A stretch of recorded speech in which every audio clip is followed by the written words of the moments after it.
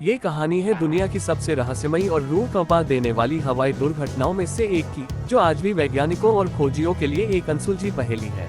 ये कहानी flight 571 European air force flight 571 की असल घटना पर आधारित है, लेकिन इसके पीछे के सन्नाटे में कुछ ऐसा भी था जिसे शायद दुनिया ने कभी नहीं देखा। अक्टूबर 1972 की एक सर्द शाम थी। उरुग्वे के 45 लोग, जिनमें से ज्यादातर एक रग्बी टीम के खिलाड़ी थे, एक विमान में सवार होकर चिली की ओर जा रहे थे। मौसम खराब था और एंडीज पर्वतमाला की चोटियां बादलों के पीछे छिपी हुई थी। अचानक विमान के पायलट से एक छोटी सी गलती हुई। उसे लगा कि वह पहाड़ों को पार कर चुका है, लेकिन असल में विमान सीधे विशालकाय बर्फीले पहाड़ों की ओर बढ़ रहा था।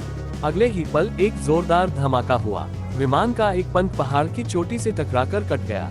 चीख पुकार मच गई और विमान के 2 टुकड़े हो गए। विमान का मुख्य हिस्सा फ्यूजलेज एक ढलान पर फिसलता हुआ हजारों फीट नीचे बर्फ की एक अंधी घाटी में जाकर थम गया। चारों तरफ केवल सफेद बर्फ, सन्नाटा और मौत का साया था।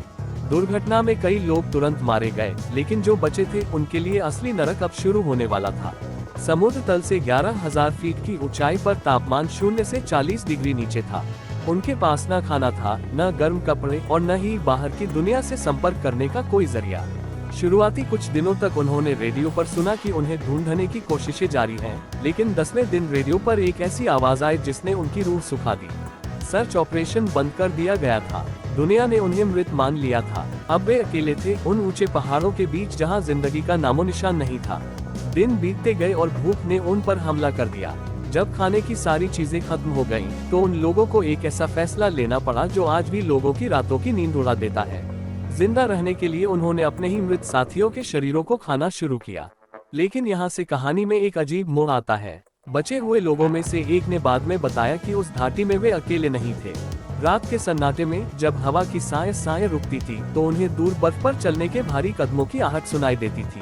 कभी कभी अंधेरे में उन्हें ऐसी परछाइयां दिखती थी जो न तो इंसान थी और न ही जानवर। एक रात जब सब सो रहे थे, एक भयानक बर्फीला तूफान एवलांच आया। सोते हुए लोगों पर बर्फ की एक विशाल दीवार गिर गई। जो लोग पहले से ही मौत से लड़ रहे थे, वे अब बर्फ के नीचे दब गए। वहां फंसे एक युवक ने बताया कि जब वह बर्फ के नीचे दम घुटने से मर रहा था, तो उसे एक अजीब सी फुसफुसाहट सुनाई दी, जैसे कोई उसे पुकार रहा हो।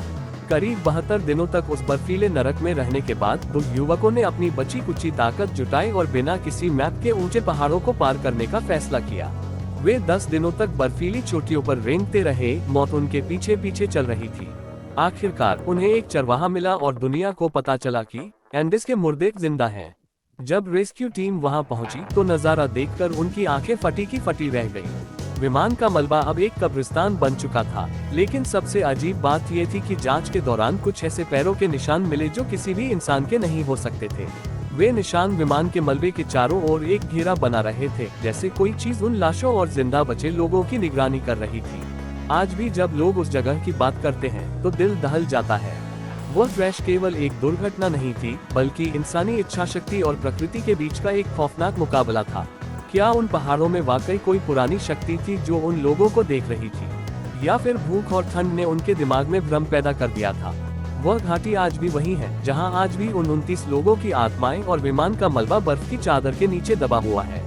लोग कहते हैं कि आज भी अगर कोई उस जगह के पास से गुजरता है, तो उसे हवाओं में मदद मांगने वाली चीखें और बर्फ पर चलते हुए उन भारी कदमों की आवाज साफ सुनाई देती है। तो आपको क्या लगता है कि उन वीरान पहाड़ों में आखिर क्या था? कमेंट करके जरूर बताएं, और आपके प्यार भरे लाइक्स का बेहद शुक्रिया। मिलते हैं अगली शानदार वीडियो में।